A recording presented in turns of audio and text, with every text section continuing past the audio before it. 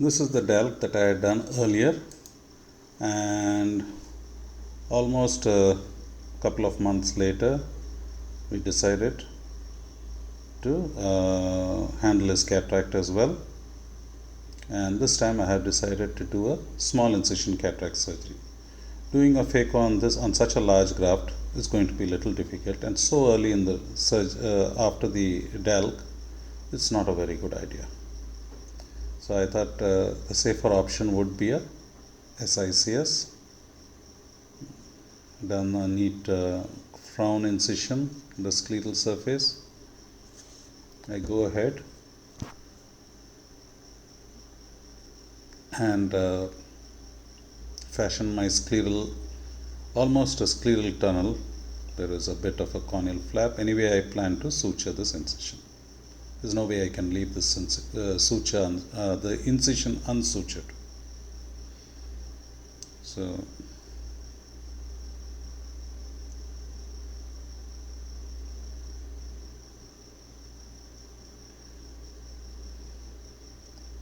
I then go ahead and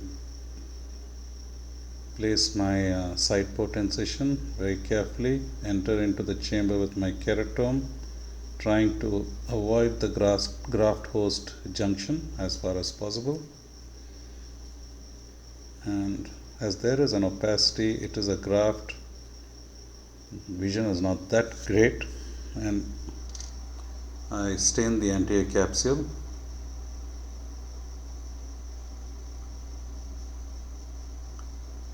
And extrude both the air bubble and the trypan blue with 2% HPMC.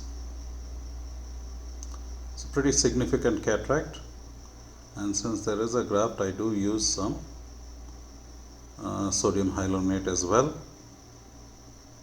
to protect the endothelium, and also as a space tactic.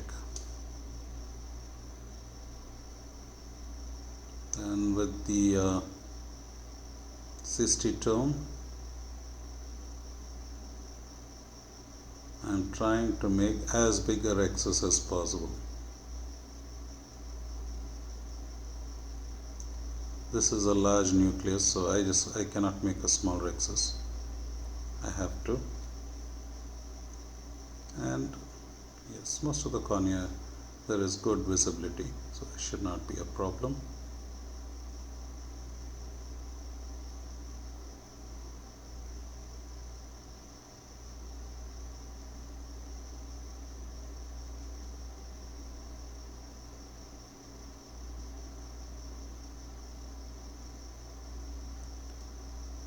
Once the rhexis has been done, I open up my incision completely.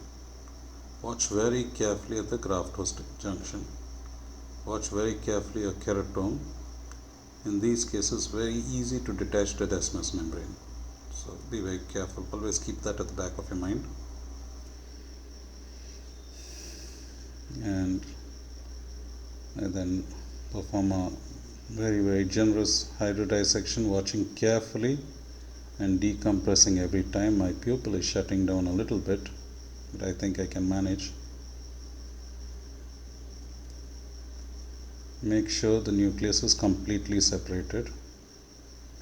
Make sure you are under the rhexis margin when you are hydrodissecting. And with the tip of my hydrodissection cannula itself, I am testing whether the nucleus has been separated or no. Once again, do some more hydrodissection on the other side, watching the pole if it's lifting up. Keep decompressing, and now it's rotating freely. Now I am satisfied that it has been separated. So now fill the chamber very nicely with HPMC. Taking two dialers, pushing the nucleus to one side, hooking one pole and tilting up, and you can see how big the nucleus is and how significant the density. Then use my sandwich technique and pull out the nucleus from the chamber. Once that is done, I think the rest will be pretty simple. However, the pupil has constricted a little bit, so you need to be very careful. I have put in some adrenaline, that has helped a little bit, and with my Simcoe I very carefully, as you can see, I am first trying to negotiate that subparasympathesis cortex. Now I go through the side put. This is a safe maneuver, and start handling the cortex from all the other areas.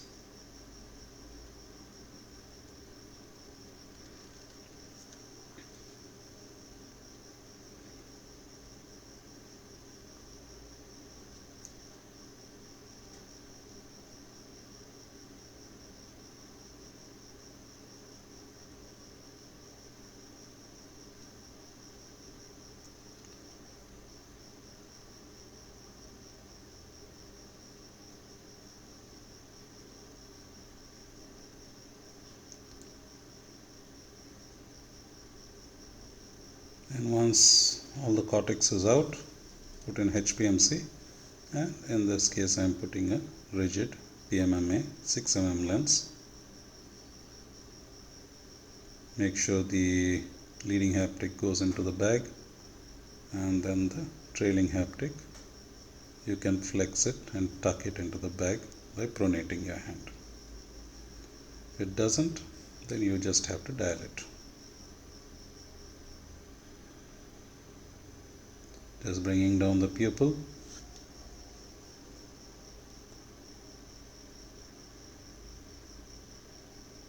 and then, as I mentioned earlier, I suture up this wound. It is very important, you cannot leave this wound open.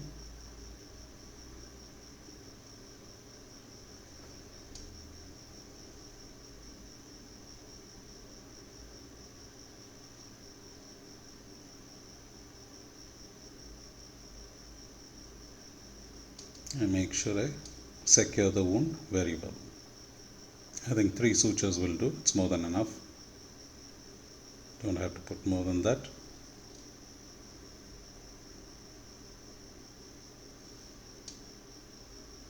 Burying the knots, and then I finally aspirate all the HPMC from within the chamber by a Simcoe cannula entering the chamber between the sutures.